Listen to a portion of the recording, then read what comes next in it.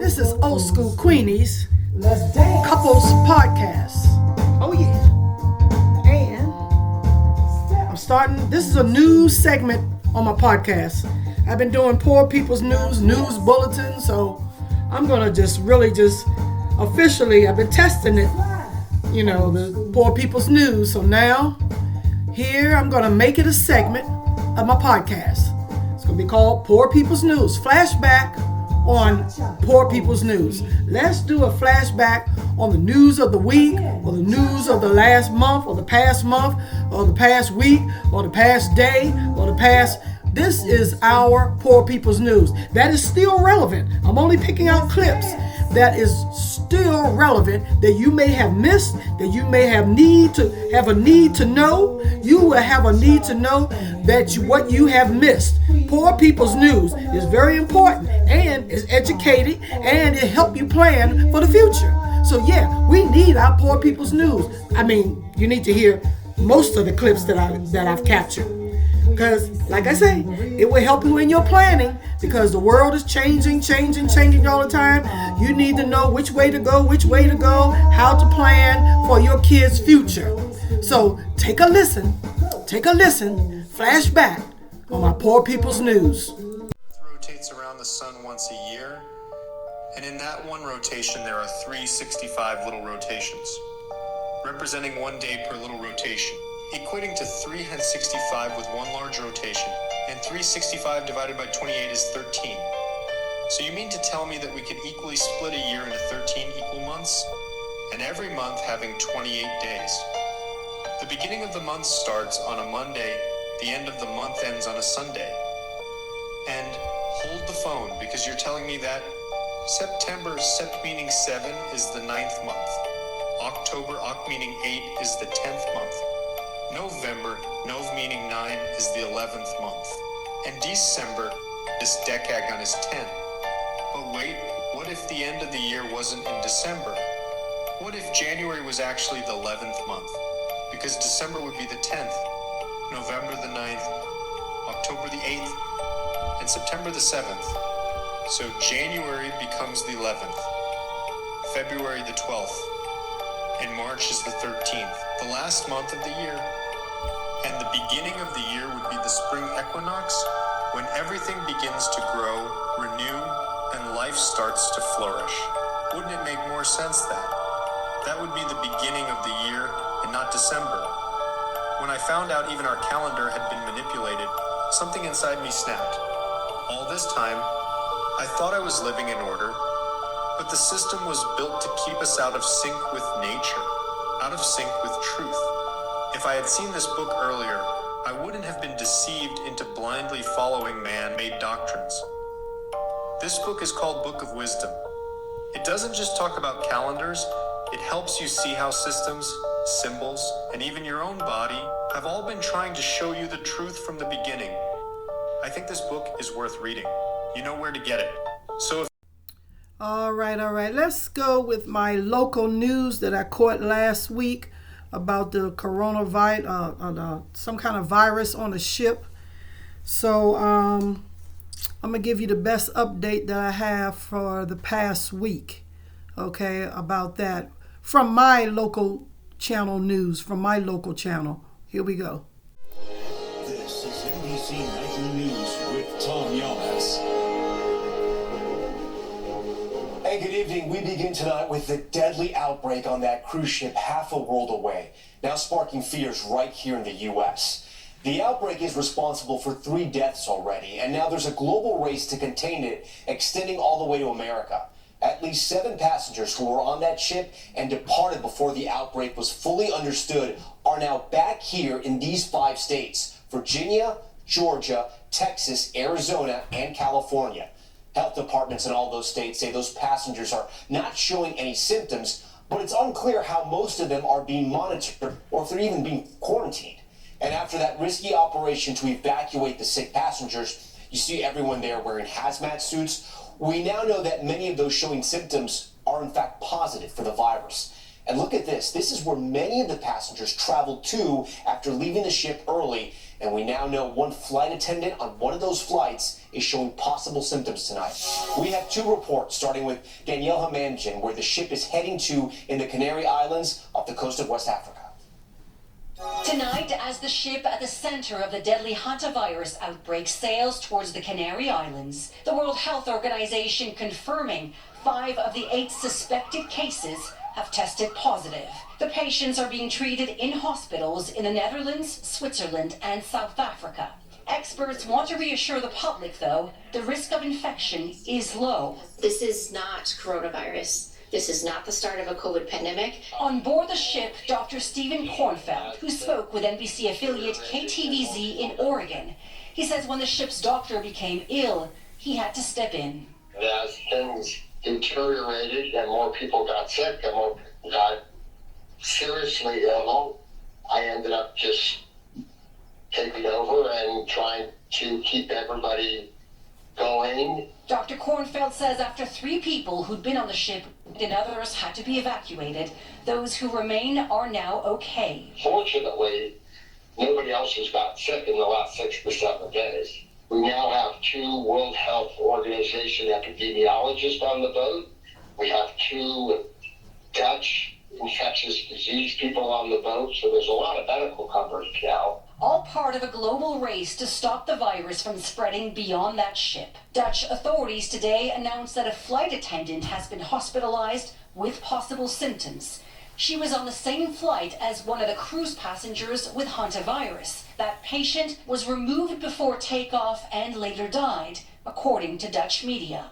What's unknown, the extent of the interaction between that flight attendant and the passenger.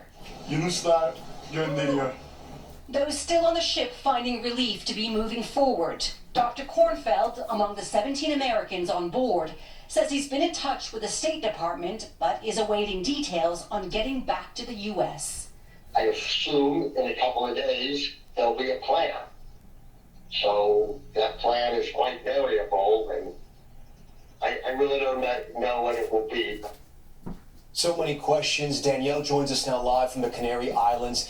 Danielle, we now know that cruise ship company says the boat is expected to arrive right where you are on Sunday. How will they get people off the ship? Yeah, Tom, the ship will anchor nearby, and from there to the port, to the airport, they'll be completely isolated from the rest of the public. But even with those precautions in place, there have been protests across the Canary Islands, as well as opposition by political leaders to this decision by the Spanish government. Tom. So much uncertainty out there. All right, Danielle, we thank you. At least 7 passengers from that ship are now back here at home in the U.S., having left the vessel before the virus outbreak was known about. Are there plans for them to quarantine? Camila Bernal has that part of the story. Tonight, confirmation from 5 states that passengers who were aboard the cruise ship with the deadly hantavirus outbreak are back in the U.S. 1 person in Virginia, 2 in Georgia, 2 in Texas, another in Arizona, and an undisclosed number of people in California. Health departments in all of these states telling NBC News that the former passengers whose identities are being withheld are not showing any symptoms. Texas explaining that the passengers have agreed to monitor themselves for symptoms with daily temperature checks. The other states declining to share how the passengers are being monitored. We asked each state if those passengers are quarantining. 4 would not answer that question. Arizona saying the person there is not isolating. Should the passengers back in the U.S. be quarantining? Yes, at least for the duration of the 6 weeks since a known exposure. Johns Hopkins microbiologist Sabra Klein says that's how long it could take for symptoms to show up if a passenger was exposed and contracted hantavirus. The confirmed Andes strain of the virus is usually transmitted through rodents, but in the rare cases of human-to-human transmission, Klein says there must be a high level of virus and very close contact. In order for human-to-human transmission to occur, this requires intimate contact, like sharing a bed, like sharing utensils. Unlike COVID, she says, hantavirus is not readily transmissible. People in the United States do not need to be worried. This is not another pandemic. This will never have pandemic potential. And with that, Camila joins us now. But Camila, the big question is the federal government doing anything to track possible exposure in the U.S.? Yeah, Tom, so we now know the CDC has activated its Emergency Operations Center in Atlanta. It's a level 3 activation, which is the lowest. So it's not an all hands on deck situation, but it does help activate experts and coordinate point people for the response. And they'll be operating 24 hours a day. Tom? So they're monitoring it. All right. From ABC News World Headquarters in New York, this is World News Tonight with David York. Good evening. We begin tonight with breaking news. The race to track a deadly virus outbreak that started on that cruise ship in the Atlantic after authorities have now revealed tonight that many passengers got off that cruise ship weeks ago. The hantavirus outbreak linked to that cruise ship in the Atlantic. Health officials tracking at least 30 people now who got off the ship 2 weeks ago, traveling to their home countries all over the world, including 7 Americans now back in the U.S. 3 people taken off that ship in just the last 24 hours, 2 of them in serious condition. 3 other people have died. Tonight, 18 Americans remain on board that ship, the World Health Organization urging calm. ABC's Victor Akendo leading us off. Tonight, the race to stop a deadly hantavirus outbreak on this cruise ship, now stretching across 4 continents, including here in the U.S. The World Health Organization is urging calm. This is not coronavirus. This is a very different virus. This is not the start of a COVID pandemic. This is an outbreak that we see on a ship. There's a confined area. That ship with 18 Americans on board expected to dock in Spain's Canary Islands on Sunday.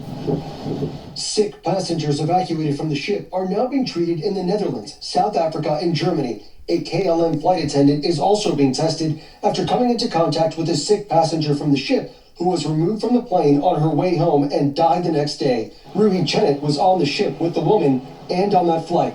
Her husband was the first passenger to die. Everyone was trying to support her socially, giving her hugs, talking to her at every meal, and that's when it got really dangerous. I saw her health deteriorating. Tonight, Dr. Ashish Jha, who coordinated the White House response to the COVID pandemic, is most concerned about the people on the ship. This is obviously a deadly virus, 30-40% mortality rate. It can take a while for symptoms to show up. So we have to be really focused on making sure that if anybody starts developing symptoms, that they get care immediately. The journey over was a bit rocky. The cruise left from Argentina. I'm spending the next 35 days crossing the Atlantic, visiting some of the most remote islands in the world. Passengers like Jake Rosemarin documenting their tour of remote islands and wildlife. But tonight, teams are tracking 30 people who got off the boat 2 weeks ago on St. Helena from a dozen countries, including 7 Americans who returned to Arizona, Georgia, California, Virginia, and Texas. I very much understand why people are having PTSD from the COVID days, but what I remind people is this is not a novel virus, and it spreads far less efficiently. So the chances that somehow this will become this big global outbreak infecting lots and lots of people is extraordinarily low. When the ship arrives on the Canary Islands, passengers and crew will be screened on board before they can go home. And David, as for those 7 Americans who returned to the U.S., none have symptoms, but they are being closely monitored. David? All right, Victor Akendo leading us off tonight. Victor, thank you. Also. All right, poor people. You heard 2 of my local stations. One was NBC Nightly News, and the other was ABC World News. And it's weeks old. It's 2 weeks old now. By the time you hear it, it's old news. But, you know, you just need to have a heads up. I'm just sharing old news for our need to know. Camila, thank you. Now to Mississippi, where hundreds of homes were destroyed after a string of tornadoes tore across that state. Residents describing the terrifying moments they had to take cover, some in their own bathrooms. Aaron Gilchrist reports from the storm zone. Tonight in Mississippi, neighborhoods left unrecognizable. Around 400 homes damaged. Multiple tornadoes reported ripping through the state, leaving miles of destruction. Car windows blown out, trees blocking roads, homes moved off their foundation.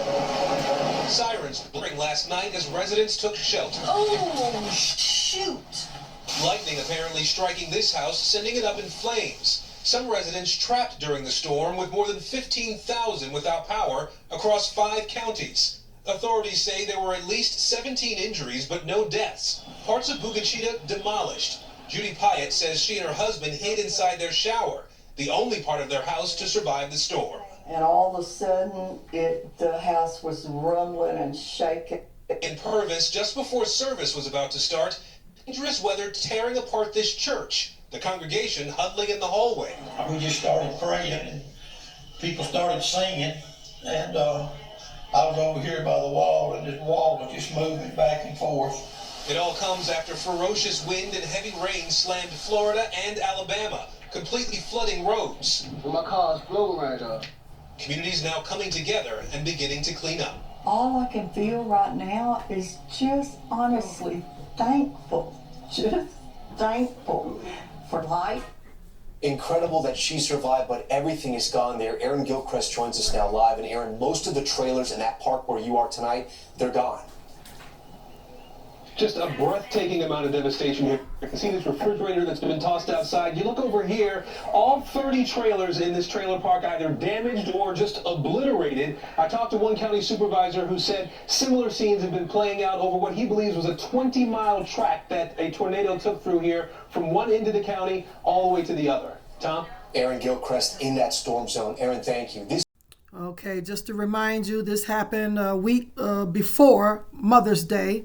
May 2026, a couple of weeks before Mother's Day in Mississippi. This is in Mississippi where those tornadoes happen.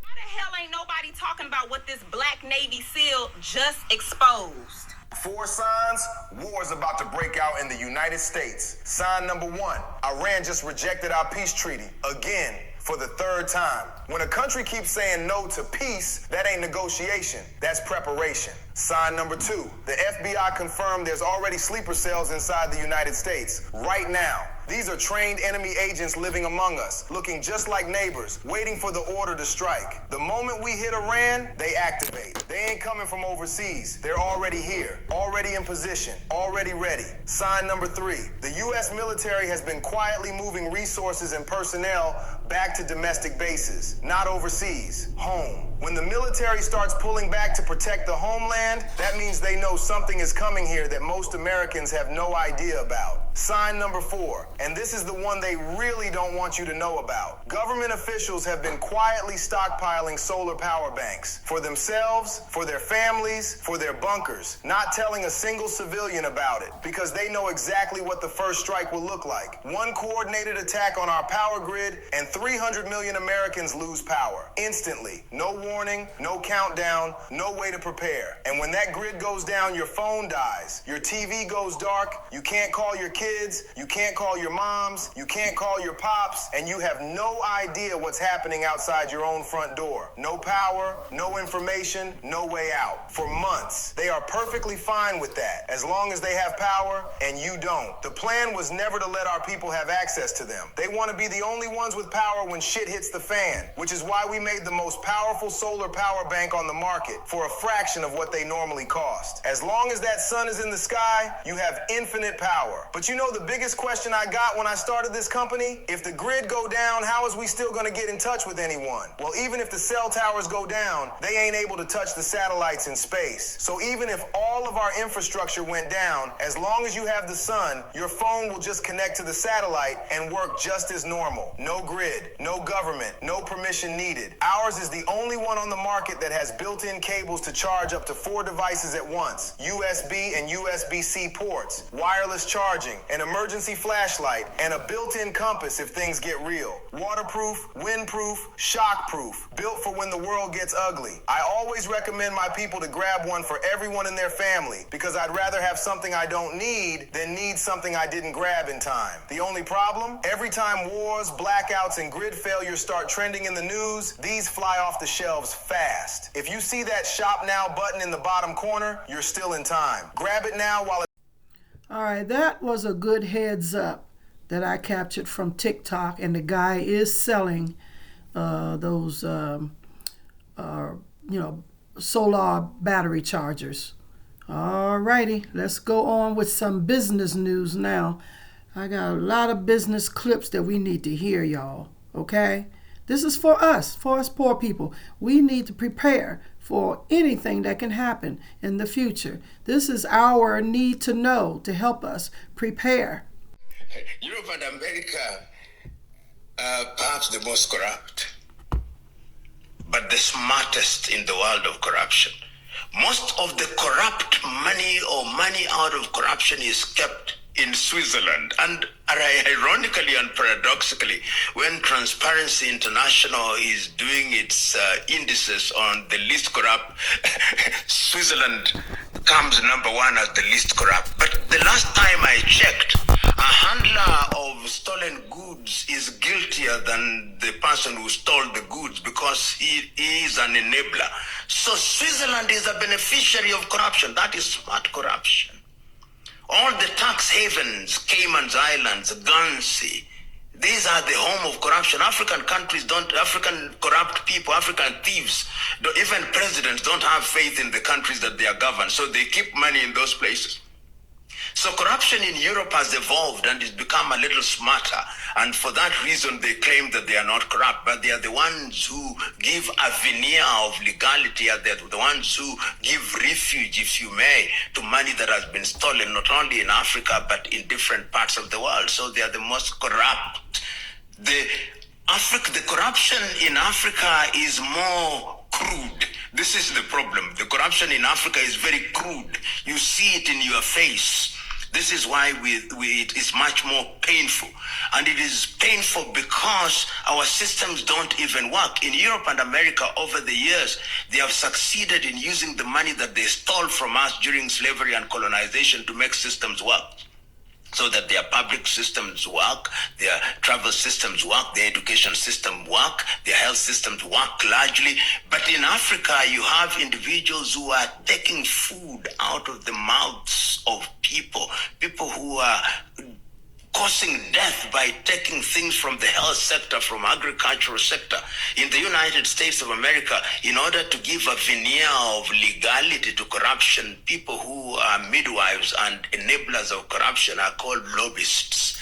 They call them lobbyists. These are the fellows you give money, but they are just corrupt. So one is saying that corruption is known to all humanity. But the reason why we find it greatly painful in Africa is you find a head of state or a cabinet minister taking money from a poor population and a poor country and keeping it in the Panamas or in all these countries, while even the monies that you see African countries borrow, the presidents, most of them actually have that money. At one time, it is said that President Mobutu Sese Seko of what was then Zaire, now the Democratic Republic of Congo, had more money than his own country. And the irony, of course, is that he had stolen it from the country. So, never be impressed by the idea Africa is more corrupt. Corruption in Africa is just more crude and more painful and more hurtful because it denies us of very basic requirements. The real American value system, not the declared one, not the rhetoric. In their value system, the only thing that matters is winning. Winning is the only moral category that ultimately matters at all. I mean, just look at how they talk. When they say they want to succeed at something, they say they want to crush it. They say they want to kill it. They say they want to dominate the market. They say they want to destroy the competition and so forth. Their own language gives them away. This is not an accidental vocabulary they're using, not an accidental turn of phrase. That's their culture telling you exactly what their true values are every single time they open their mouth. Nice guys finish last. Second best is just a loser. Zero sum, winner takes all, last man standing. So when the CEO of this or that company, the CEO of Starbucks, makes $97 million while the median worker at the same company makes $14,000, he didn't betray American values. He's expressing American values. He won, according to everything that culture has ever taught about what winning looks like, which is I have everything, you have nothing. And when a con man billionaire like Elon Musk spends $300 million to put a president in office, and that president then hands him control of the federal government, of the federal budget, that's not him corrupting the system. He just played the game better than everyone else. That's how you see it. In American culture, that's called success. You have blatant, flagrant, flamboyant corruption in your country playing out in 4K everywhere you look, and it doesn't raise an eyebrow. When the elites extracted from Iran, from Guatemala, from Chile, from Iraq, they were not violating Western values. They were applying Western values. Their values and your values. Yes, Western values, the values that you grew up on. I said the nature of your system has not changed. only who it's being applied to, and that's the only thing that bothers you now. The truth of the matter is that's the only thing that bothers you now. Because in the American value... If I was starting a business in Africa, I would not start with a product. That's the first mistake. I would start with a system problem, because Africa is not poor. Africa is poorly optimized. There are gaps everywhere. Logistics, payments, trust, infrastructure, and the one who solves friction owns the market. You're trying to sell hair, that's great. Sell clothes, open a salon, but you have not discerned the ecosystem failure around that industry. Let me show you something. In many African economies, the problem is not demand. There will always be a demand for a product. But the problem is distribution and trust. So if I enter, I'm not just opening a business, I'm building a system that removes that friction. Whereas we can trust not only the product, but the system that will deliver the very product that I have placed my money upon. If you can build a system that creates smooth transition between product and customer, you have found a market that will never fail in producing profit margin. That I can assure you. Okay, all right. Let's get into Africa. Let's get into some more African news on the market and the business. Yeah, let's finish up, and let me finish you and let you hear these clips on some Africa business moves, some Africa market business moves. Let's check this out. Ibrahim Traoré just ordered 710 pregnant cows from Brazil. And this might be the smartest power move yet. While other leaders import luxury cars, this man is importing genetics. 710 pregnant Brazilian cows with bloodlines so elite they could run for office. The plan: spread these superior genes to local ranchers and flip food security on its head. Remember, Thomas Sankara said, "He who feeds you controls you." Traoré clearly paid attention. Why import beef forever when you can import the mother of all cows once? But here's what nobody's asking. How many African leaders actually think 10 generations ahead like this?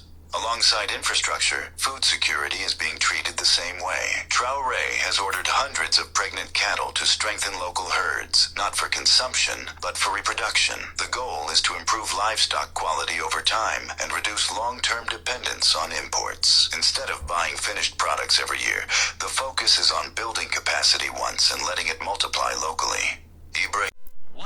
What if I told you that while most of the world is still stuck in traffic jams, one African nation just leapfrogged everyone else and became the first on the continent to successfully test a flying taxi?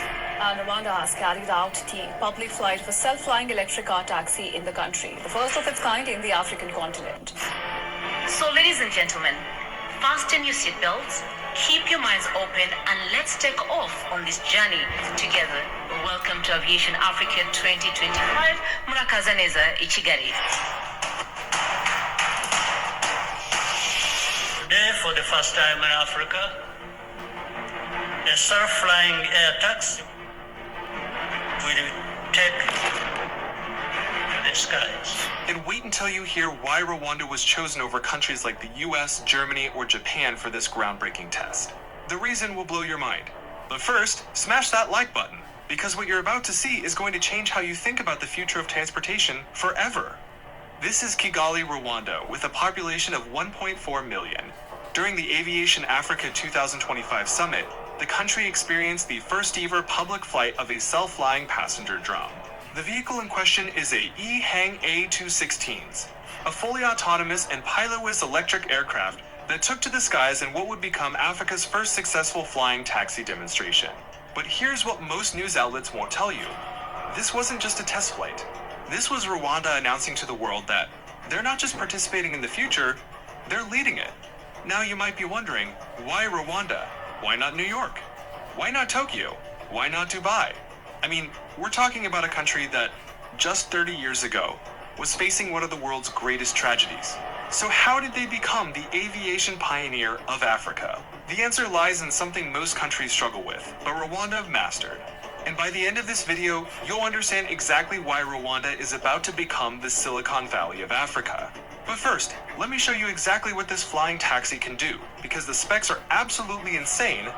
Meet the EHang A216s. This isn't your typical aircraft. It's completely autonomous, meaning no pilot required. 2 passengers, 16 rotors arranged in a coaxial double design. And here's the kicker. It can fly for 35 kilometers on a single charge, but speed? This thing cruises at 130 kilometers per hour. That means a trip from downtown Kigali to the airport, normally a 45-minute drive through traffic, becomes a 5-minute flight. And the safety features? Absolutely mind-blowing. The A216s uses something called distributed electric propulsion, which means if one motor fails, you've got 15 others keeping you in the air. Triple redundancy flight control systems, automatic emergency landing, real-time monitoring, comprehensive backup systems for all critical components. This thing is literally safer than most commercial airline. Each of the 16 motors is completely independent, so even if half of them failed, which is virtually impossible, you'd still land safely. But here's where it gets really interesting. The economics. Traditional helicopter rides in major cities can cost $200 to $500 per trip. But electric flying taxis? We're looking at potentially $20 to $50 per ride once they scale. The global flying taxi market is projected to hit $15 billion by 2030, and Rwanda just positioned itself right at the center of it. Now, about that price tag. The A216s has a suggested retail price of $410,000. That might sound expensive, but compare that to a traditional helicopter, which costs anywhere from $1.5 to $15 million, $410,000 for a fully autonomous electric aircraft that requires no pilot training, no fuel, and minimal maintenance starts looking like a bargain. The charging infrastructure is equally impressive. The aircraft takes just 1 hour to fully charge, and with smart battery management systems using 12 What if I told you that while most of the world is still currently 40 nations are currently in talks to basically cut the United States, because of Donald Trump, out of global trade. There are 195 recognized nations/countries on planet Earth. 195.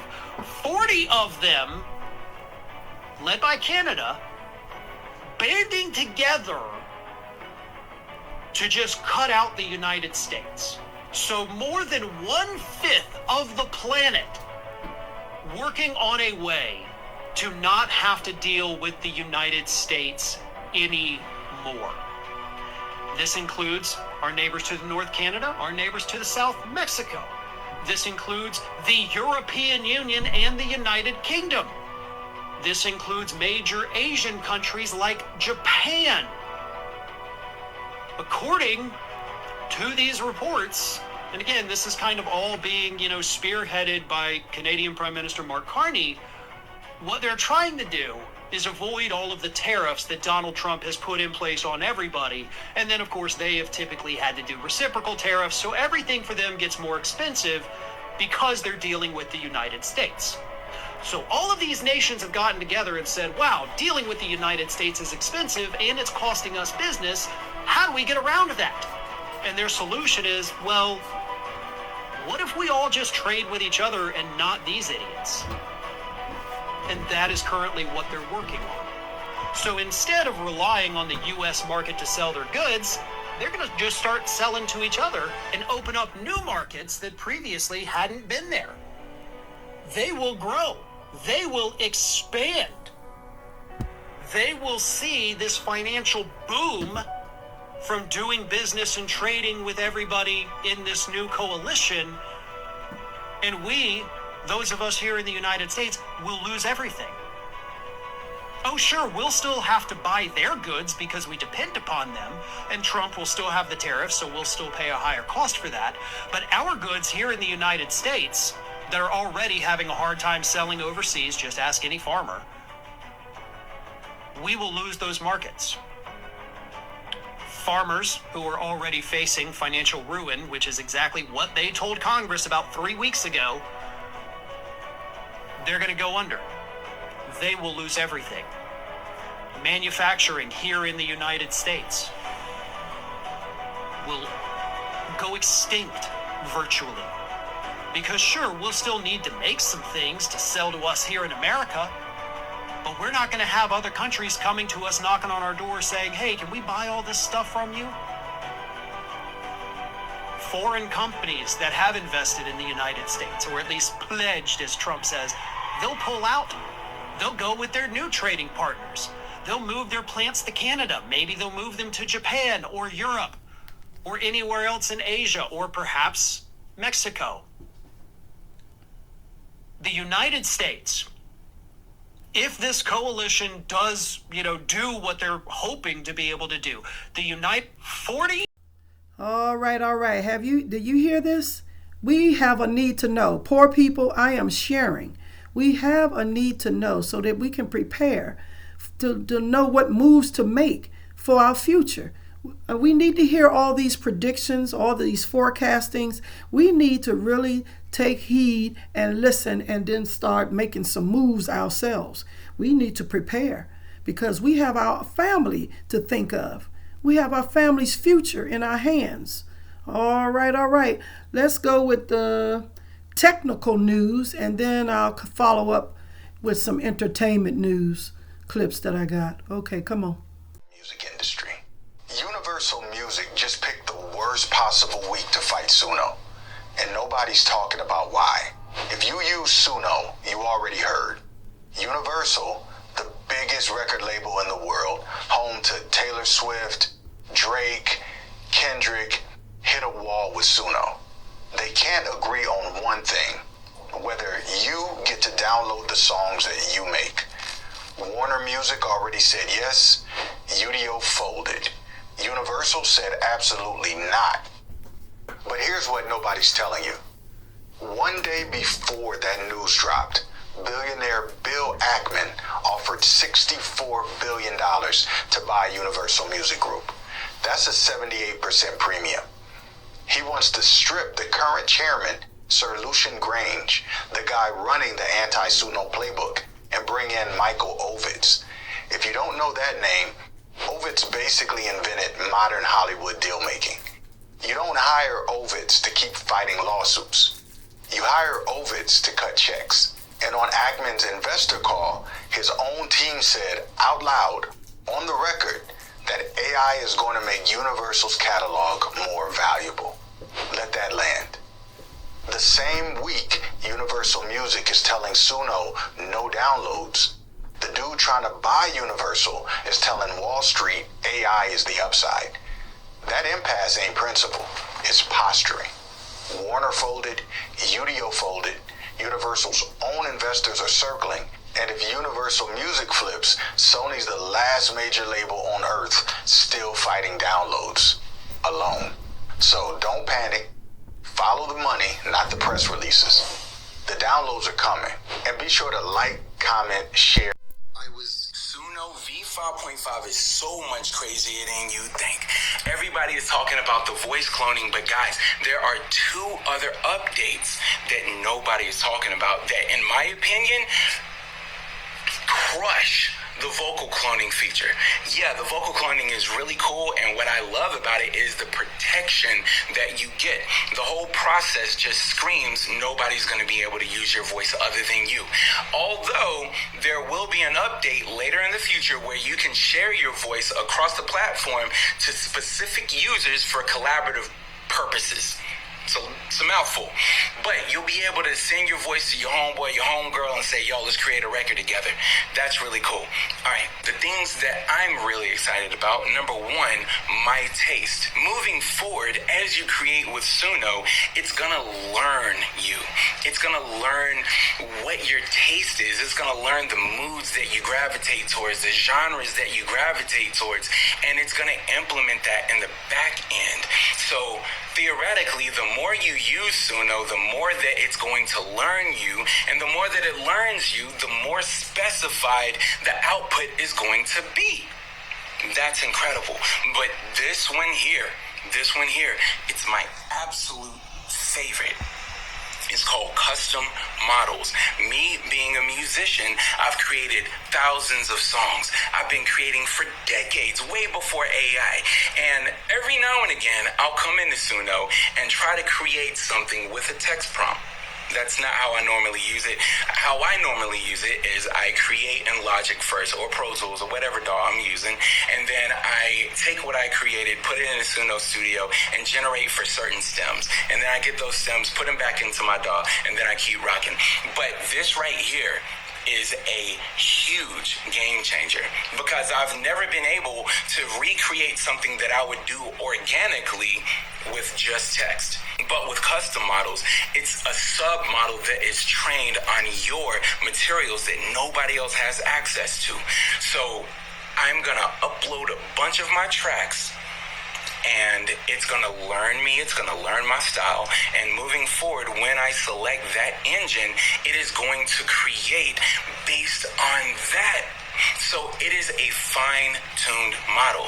Now, I know what you're probably thinking. Man, I create country records, I create rock records, I create hip-hop records, I create booty-popping records. I don't know, but most of us, we create across genres. So this seems like it's gonna put you in a box. No, it's not. They give you 3 custom models. Man, this is crazy. This is absolutely crazy. Y'all don't even understand. Y'all don't understand. I'm gonna implement this into my workflow immediately. Let me know what y'all think in the comments. I really hope that this was helpful. Peace. All right, so you just heard earlier that Suno, that this guy is talking about these updates for the vocals, for the tuning of your voice. Suno is in a lawsuit with Universal Music, Universal Studios, Universal. So they're in court and all. You just heard the first clip before this guy. So you just take notes, and I'm into the music business, and so yeah, we need to know what's going on in the music industry as well. Alrighty. So now more on Hollywood entertainment news. I captured a couple clips from Entertainment Tonight and a couple of clips from TMZ. They all are talking about, I was saying Kanye West jokes, but Kevin Hart, they did a roast, and it's on Netflix, they say. So let's take some listen to some of these clips. Entertainment news is next. Come on. That might actually have been your picture day. Was that your little... No, that was a bluebird. Oh. Yeah, that was in my backyard. She's referring to her childhood home in Tucson, Arizona, the same place her mother Nancy went missing 97 days ago. Many fans were concerned after Savannah abruptly left the Today Show on Wednesday, 90 minutes into the broadcast. This is the second time it's happened. Savannah had to leave a little early. She will be right back here tomorrow.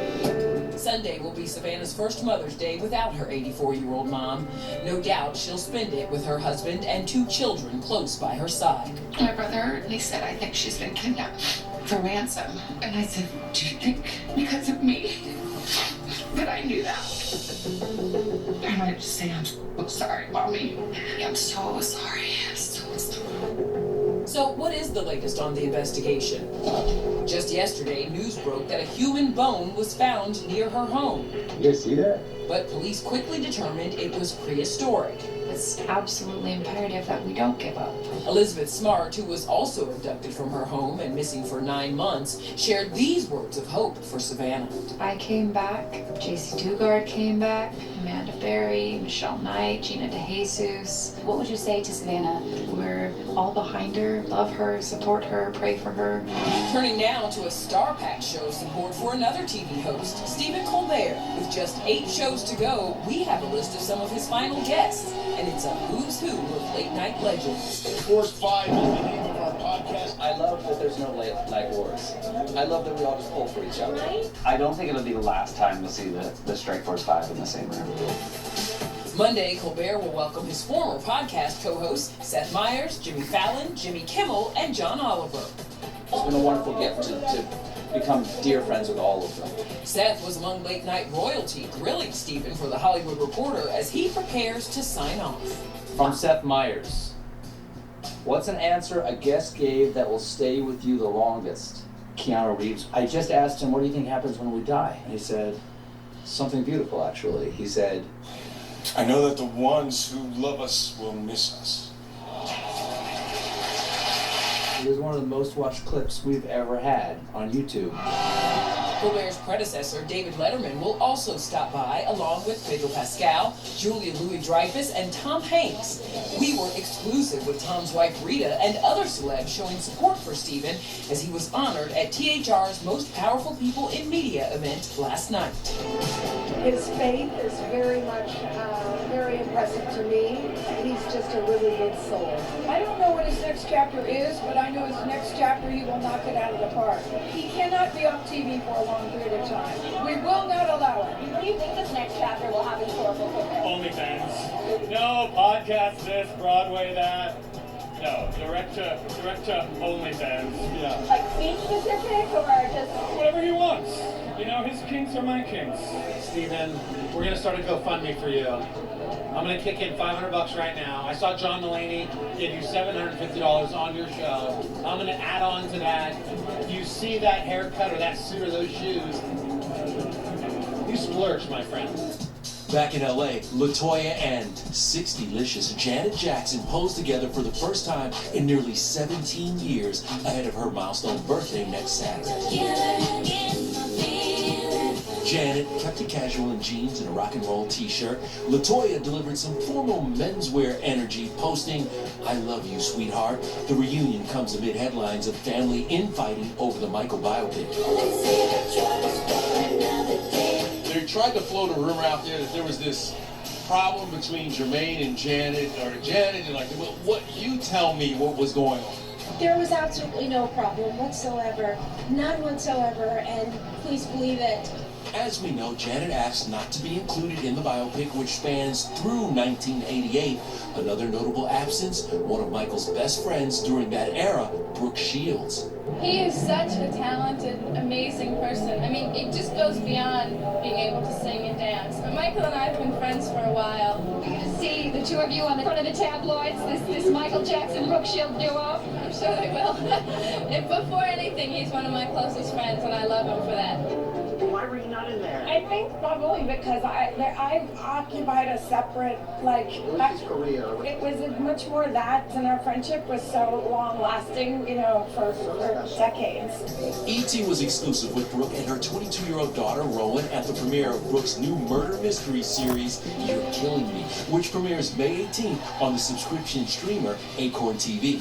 Do you have someone who can vouch for your whereabouts at the time of the incident? What are you, the alibi police? I just love it.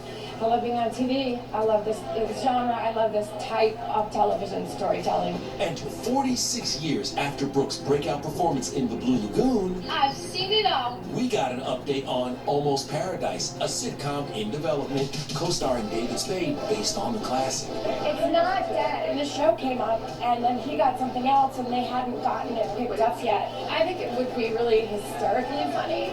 All right, now to the one and only Whoopi Goldberg. Whoopi letting ET cameras into her sacred space. Our Emily Curl got an exclusive show and tell. Okay, Whoopi, I'm so excited for this room. I know you like this. The wide range of colors of design. Where else can you go and see Barbie heads and shoes? Yeah, they make me happy. Blow a kiss. Us and a violin. The details. You know, they're just fantastic. The banana peels are great. Yes. Olive oil from Popeye, puppy paws. And then I have all my red bottoms, which I love wearing and had a good time wearing. I'm going to show you the most comfortable shoe. Okay, let me see. I want you to sit down. Put these on. Can you take my socks off? No, Leave the I socks only on? wear wear stuff with socks. That's right, and you actually, I feel like you started that trend. Yes, I probably did. I probably did. And people were very annoyed with me. You were gonna walk in someone else's shoes for a day. Who would you choose? Pope Leo is an exceptional human being. I feel like when you walk in other people's shoes, you're giving them support. So I'd like to be supportive. Whoopi's shoe closet, which is also where she keeps the gown she wore to the Oscars, is just one part of her personal office. Boys. Getting the full tour. She also showed us her bathroom, decorated with the albums from her original Broadway shows, her awards wall, and her library. When you get ready in the mornings, what is your process? I open my eyes, My cat is like, hey, feed me. I wash my face. When I leave the house, that's what I'm on the show at. Yeah, I left this morning dressed like this. Can we get a moment for your shoes you're wearing today, too, by the way? These are quite wonderful. But outside of being her own fashionista, this EGOT winner has published over a dozen books. She's launching a book imprint, Whoop Inc., and re-releasing her 2024 memoir, Bits and Pieces, now in paperback, complete with more intimate details of her life. Listen, I've been Whoopi for a long time. The National Enquirer never held anything back. There's a lot about me people know, and then there was a lot that they don't know, and now they know a little bit more. We're also doing a documentary. It's the scariest thing I've ever done. As for her relationship status, Whoopi is single and satisfied. I'm in a relationship with my family, you know, my daughter and my great-grandkids and my grandkids. If anybody says you complete me, run, because, we get suckered. In the real world, it's a love song for about a minute and a half. Yeah. And it's like, why didn't you put the toilet seat down? The reality sets in. Yes. I like being single, personally, because I'm lazy and I don't want to change. Falsely accused and sued for defamation, to bring that claim under this statute. If she thought she could win a trial, she'd go to court. Just a few hours after the settlement, we saw Blake on the red carpet. What would she say to the critics who said, that's not a good look to see you at the Met Gala? Certainly we wouldn't want any woman in that position to be silenced. They should be out living their life, doing their job as they should be. And this was surprising. There's apparently nothing stopping Justin or Blake from writing tell-all books or doing big sit-down interviews about the case. Was there an NDA signed with this settlement? There was absolutely no NDA signed, and Justin and the rest of the defendants in the case would never have signed an NDA and restricted their speech in the case. Turning now to Martin Short, who made his first public appearance since his daughter's death. Martin at the LA premiere of his emotional family documentary. I just was overwhelmed with, I can't do it. Flanked by his sons and surrounded by his celebrity friends, from Kate Hudson to Eugene Levy and Billy Crystal, Martin had plenty of support less than 3 months since losing daughter Catherine to suicide. On-screen wife turned rumored real-life flame Meryl Streep wasn't on hand, but co-star Selena Gomez, who watched the doc with hubby Benny Blanco, embraced Martin, posting, "I cried, laughed, and empathized his entire story." I loved you in Home I feel like he could improvise to eternity, couldn't he? Marty, Life is Short, streaming on Netflix May 12th, details the 76-year-old's ups and downs, various rare home movies, and interviews with actors, including the late Catherine O'Hara, who was honored along with Martin's daughter in a tribute. There are a couple of special Catherines here tonight with us too, for you, Martin. Also coping with loss, Robin Michelle Reiner's son Jake, breaking his on-camera silence nearly 5 months since their murder. It's been a long time coming. I just want to thank everybody that I've heard from. I've seen all the love, all the support out there. The 35-year-old returned to his Dodgers podcast, The Incline, for the first time yesterday. No mention of his brother Nick, who remains behind bars, but Jake did touch on the essay and photos he shared 5 days before Nick's court hearing last week, calling the murders a, quote, living nightmare with my brother at the center of it. I felt it important to kind of connect with people that, are going through their own kind of grief. The Dodgers is something that I've always connected with my dad, and it's something that I will continue to connect with him for the rest of my life. And I felt like it was a good time to come back.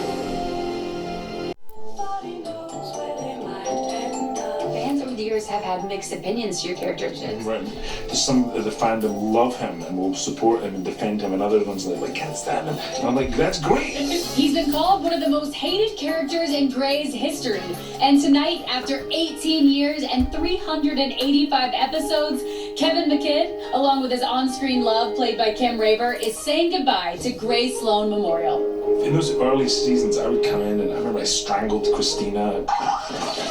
had all these pigs and I was stabbing them all and told the interns to save them. Like really quite strong, provocative stuff. And I'm like, I go to Shonda's office and go, is this gonna be okay? Like, and she's like, trust me. The 52-year-old says there's no bad blood and he could return in front of or behind the camera. He's directed 49 episodes and counting of Grey's, including tonight's season finale airing on ABC. It is jam-packed. It is mile a minute. There are rumors that you could be in talks to play Arthur Weasley in the upcoming Harry Potter. I saw this. Yeah, I saw this. I mean, listen, Harry Potter. Oh my, I mean, maybe I shouldn't say this. I'm gonna say it. David Yates, the director of the final films, sent me a letter saying we want you to be in the final 2 films. They needed an answer by a certain date, and I was like, I was still under contract. So the idea of being in a Harry Potter, having almost been in the final 2 Harry Potter movies, is very exciting to me. Coming up, Elwood's Grey's Anatomy. Perfection for all. Comedy community. And Dave Chappelle is a huge voice, but there are a lot of people who are not with him on this.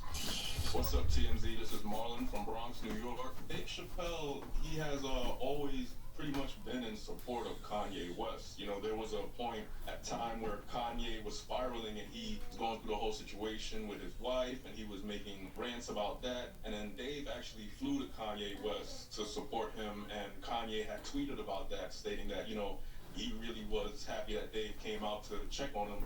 And even back last year, you know, when Dave Chappelle, when Kanye was actually, you know, once again, he was kind of like making certain remarks about Dave Chappelle, saying that, oh, you know, you're calling yourself the funniest guy in the world, but, you know, Chris Rock is actually a bigger name than you.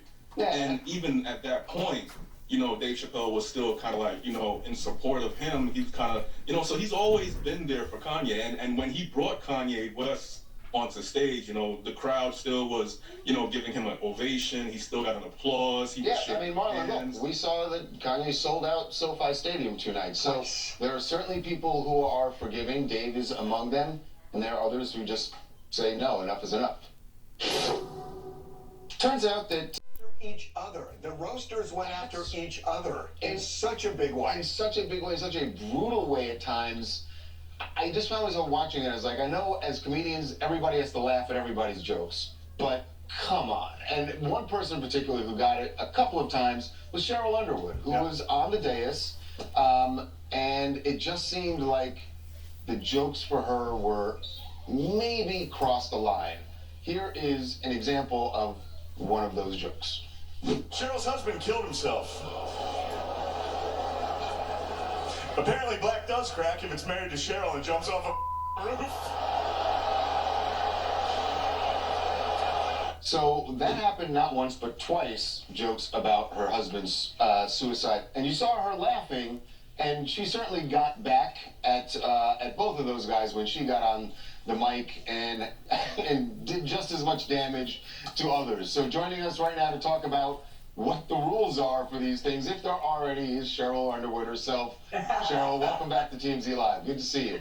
Well, and listen, I am a big fan. I watch the show, and I really love being here and talking to your audience. But my husband killed himself in 1990. Really what happened, right? You know, I was in the Air Force Reserve, and they were getting ready to mobilize my unit to go in the Desert Shield and Storm.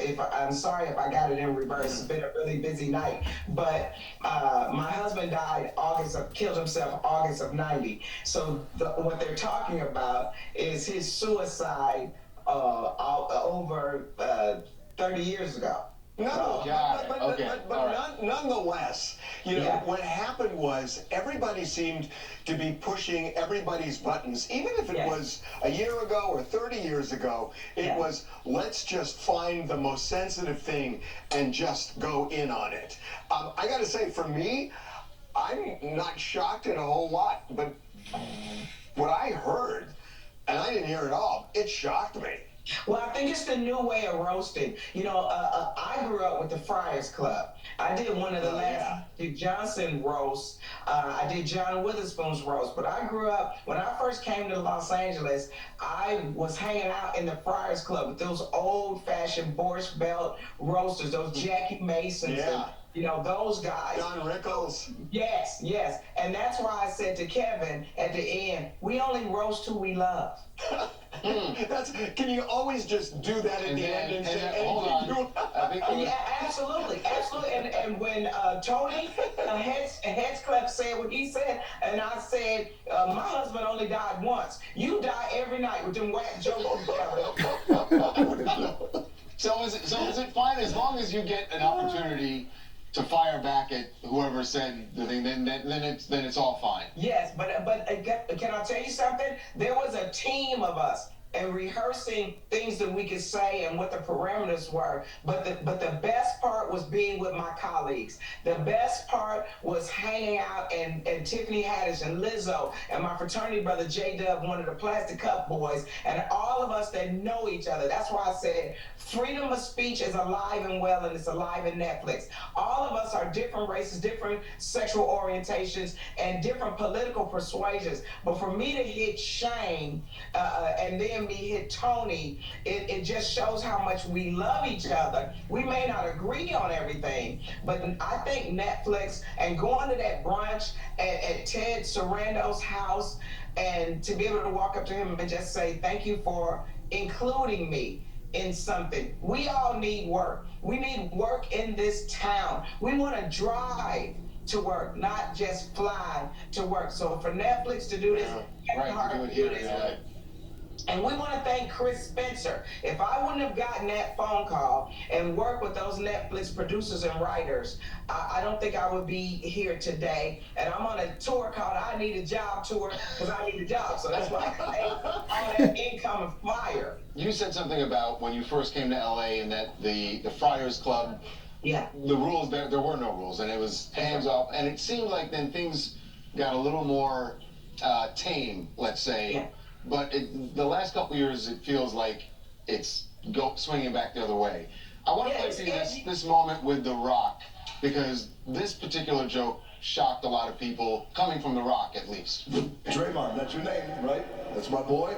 I was thinking about this, you know, of all the cool-ass black names you could have, that is the laziest black name I've ever heard. Because all you did was put a D in front of Raymond.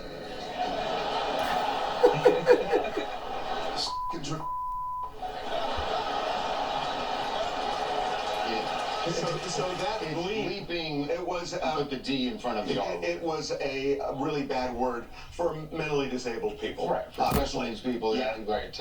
He put the D in front of the R word. But everybody laughed. And everyone laughed. So has it swung back where now there are certain words that in this context people are fine with? Well, that's why I said what I said. The words that the hip white male comics are using that black comics would get canceled for using, what you're bringing back is the use of the lexicon.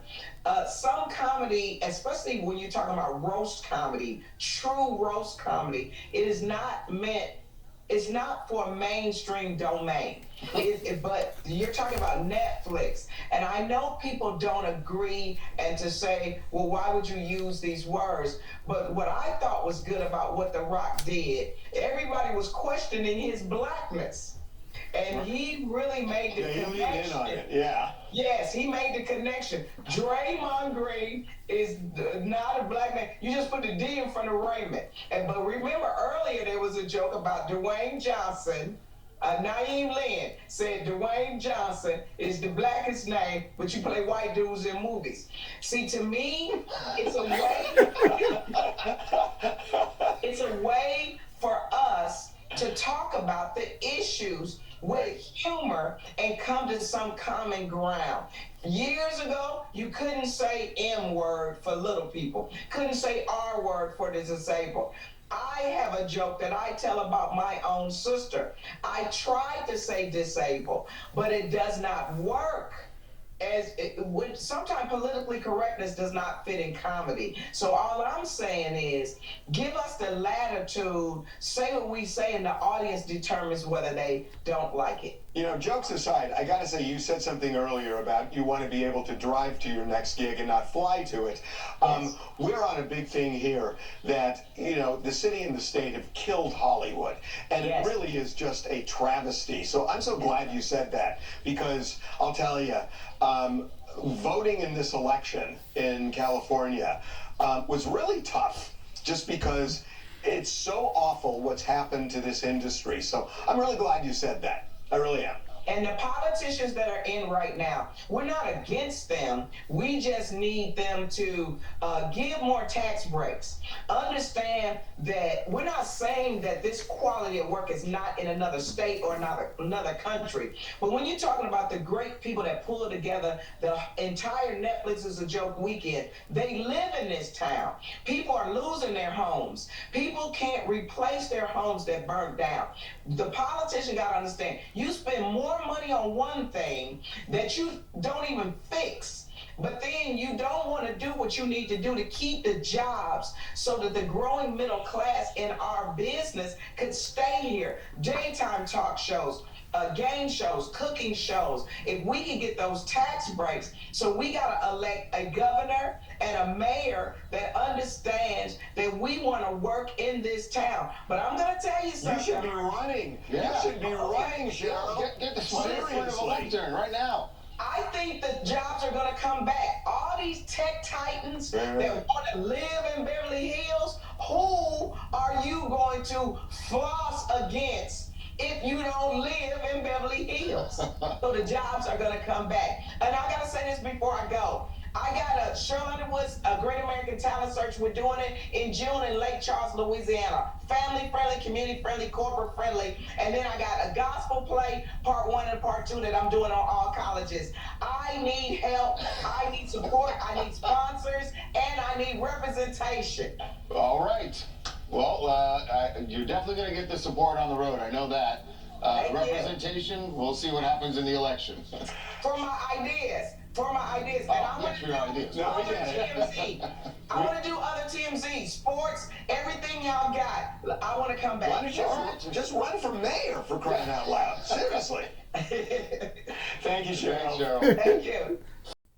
Okay, that's the end of the entertainment celebrity type news I got. Those are all the clips I have.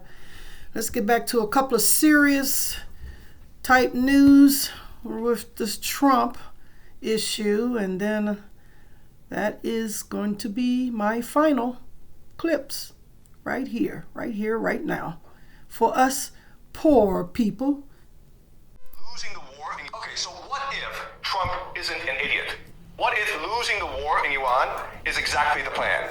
Let me show you something the media will never tell you. Okay, so everyone's saying Trump is destroying America. He's fighting an unwinnable war in Iran. He's threatening to invade with ground troops. He's pissing off NATO by threatening Greenland. He's picking fights with Canada, Mexico, Denmark, Colombia. JP Morgan says the world will run out of oil by mid-April. The global economy is about to collapse. Trump looks like the worst president in history. A complete buffoon, right? But what if that's the whole point? What if Trump wants to lose the war in Iran? What if he wants the American empire to collapse? What if he wants to destroy the global economy? Then he'd be a genius. Let me explain.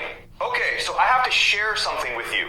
I wrote a complete guide to the Middle East conflict, from how it all started to what's happening right now in 2026. And honestly, I'm really proud of it. It's clear, it's balanced, and I think it will genuinely change how you see the news. Link in bio.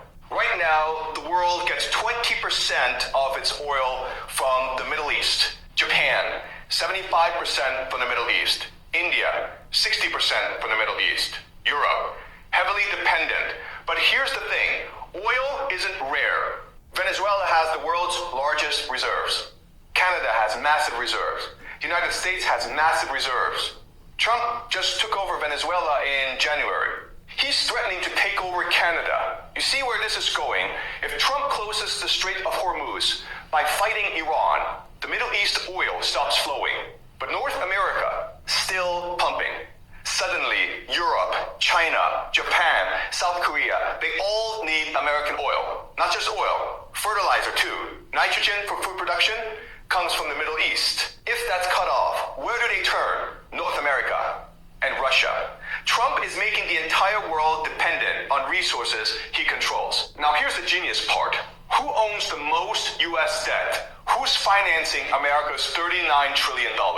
Japan, China, Taiwan, South Korea, Asia, UK, France, Belgium, Luxembourg, Europe. The same countries that need Middle East oil.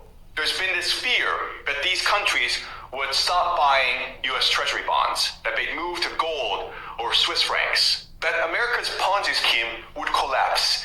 But now they need American energy. They need American resources. They can't abandon the dollar. They're trapped. Trump just turned America's biggest weakness, its debt, into its greatest weapon. By starting an unwinnable war in Iran, he's forcing the entire world to depend on North America. This isn't new. Putin already proved this works in Ukraine. Russia's been fighting for 5 years. It's a slow grind, but it's restructured Russia's entire economy around war production. Drones, munitions, military manufacturing. Russia went from importing Iranian drones to making their own and now exporting them to Iran. Putin's plan, the world is collapsing anyway. So build a fortress, make Russia self-sufficient, control resources, weather the storm. Trump saw this and said, we can do the same. It's called the Technate, Greater North America, Greenland for rare earth minerals, Canada for oil and resources, Venezuela for oil reserves, Mexico for manufacturing, Panama Canal for trade control. Trump's not being reckless. He's building a self-sufficient North American fortress while the rest of the world burns. So yes, Trump looks like an idiot. Yes, he's losing the war in Iran. Yes, he's destroying the global economy.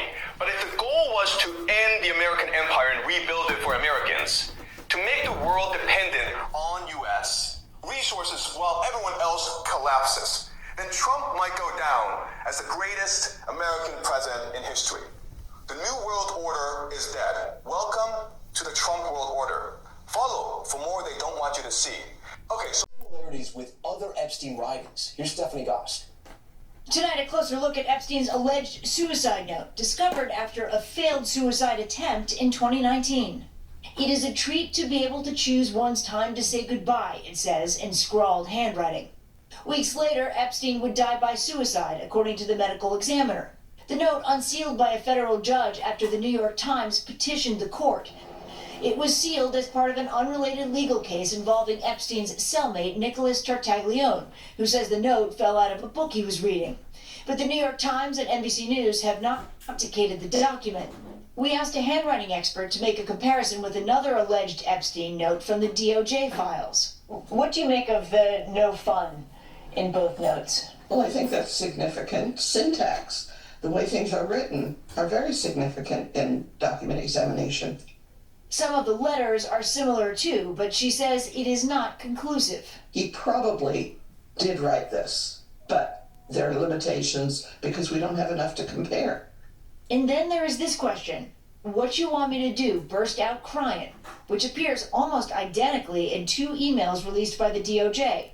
But back in 2019, after Epstein's death, conspiracies swirled. And as recently as last year, Epstein's convicted associate, Ghislaine Maxwell, said this in a prison interview with the DOJ. I do not believe he died by suicide. Now this newly revealed message potentially throwing water on the conspiracies and supporting the medical examiner's definitive conclusion. Jeffrey Epstein was not murdered. Tom? Stephanie, thank you. Okay, poor people. So, this is the ending. I'm going to close out with Jackson 5 Tito interview. I like this interview. We learned so much since the Michael Jackson movie's been out. So let's listen to Tito's interview. I think this is Tito talking. Before the Jackson 5, it was like the Jackson 3. It was you, Jermaine, and Jackie. That's correct. Tito. Okay, now how did you guys, why did you guys decide to form this musical group initially? Well, our TV had broken down, and We used to sing a lot of country and western with my mother because she loved that music, and we harmonized with her. And my father played guitar and with his brother. Every weekend they play, and I'll sit there and just stare and stare and stare. And he knew we loved that guitar, and so he used to say before he went to work, he put it away in the closet in the case and tell us, sit us on the couch and point his finger, "Don't you touch my guitar when I'm at work." You know, so of course, you know, children, that means you can touch my guitar while I'm at work. That's what I heard, you know. So I was playing this guitar for many, many, many months, and my mother would let me play it. She knew I wasn't supposed to play it, but she thought I was making progress and whatever. So one day I broke the string, and I didn't know what to do about it. I didn't know how to change the string. I didn't know what string I broke or whatever. Couldn't even buy one. He came home, saw the string broke, and was really upset about it, man. He took care of me, and then he sat me down and put the guitar in my lap and said, "Show me what you know." So here I am playing this guitar and crying. You know, I'm about like 7, 8 years old. And he looked at me and said, "Dang, you playing just as good as me." So he gave it to me. He gave me the guitar right there on the spot, and bought himself another guitar, a better one, of course. But I still have that original guitar. Wow. Yeah, so he gave me the guitar. He said, "I want you to learn every song on the radio." So that's what I started doing, and I was learning songs by the Isley Brothers, Temptations, Fort, whatever, and then Jackie and Jermaine in there, we were harmonizing, and Michael and Marlon were just little bitty things, you know, they were somewhere around 2, 3, 4 years old, playing with little cars, you know what little boys do, and we came out the room, and that whole thing. Then one day, like a year or two later, we hear Michael singing a little thing in kindergarten, singing "Climb Every Mountain" in the school performance, and he tore it up, man. We couldn't believe, our mouths flew open. Couldn't believe that was our brother up there singing. We rush him home, tell him he's in the group. Mom said, "Me too?" I said, "Yeah, you too, come on." So that's how the Jackson Brothers were formed. We did a wedding, and the lady said to us, "What is your name?" And we said, "Well, we really don't have a name. We're going by Jackson Brothers because we're brothers." She said, no, you should use Jackson 5 because there's 5 of you. And it stuck. So we called ourselves the Jackson 5. Now, when you watch the TV movie about the Jacksons, and you had mentioned earlier in this interview that like when your dad caught you with the guitar, he gave you a whooping. You know, your dad was portrayed as kind of a mean father and a disciplinarian. Like how accurate was that from your point of view? Well, the movie was accurate in a lot of, they dramatized it to keep the audience, you know what television does. But my father, he was tough, but that's what fathers did back then, you know, and I'm glad he was tough on me because I tell you, man, all my friends in Gary that's my age are either in prison or a lot of them are dead. Just did the wrong thing. My father knew that. He wanted his boys out of Indiana, so he did what was necessary. We don't look at it as being tough. We look at it as doing what was necessary, doing the right thing. Well, you know, like these days, you're not even really allowed to whoop your kids like that. You could actually get arrested. Well, you know what? These days, that's why kids are walking around and stealing and hell, snatching purses and doing everything else they shouldn't be doing because there's no discipline. That's the way I see it, you know. Back then, your neighbor was able to take care of you. Your teacher would take care of you. One person do something wrong in the PE class, the coach say, "Okay, he lined up the whole class."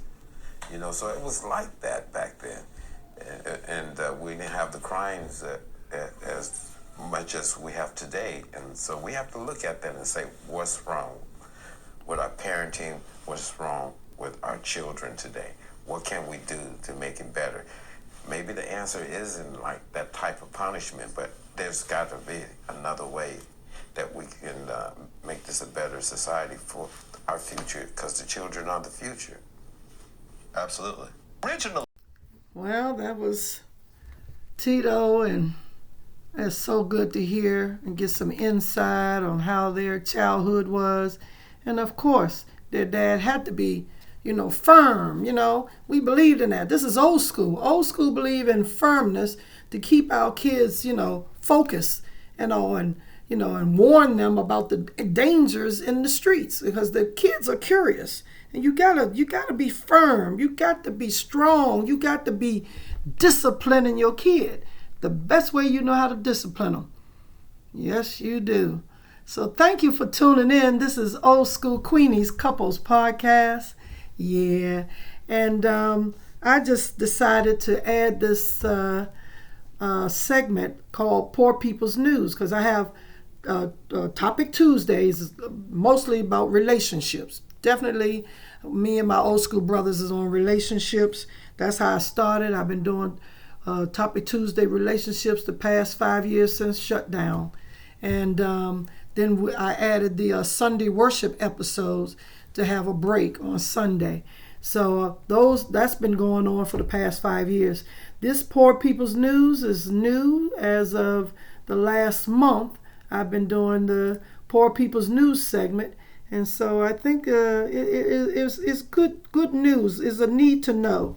We need to know. We need to hear history, a little documentary, other people's perspectives and research, and then just some forecasting and predictions, because we don't know what these changes is going to bring about, and we have to prepare our children, because just like Tito just said, the children are our future, and we have to prepare and help our children and be, a guide for our children's future. Thank you for tuning in to Old School Queenies Podcast. Leave me a message and come back. I say come back next week and pick an episode to rewind on Saturdays, or Bluetooth, right, and listen while you're driving down the road. Thank you again.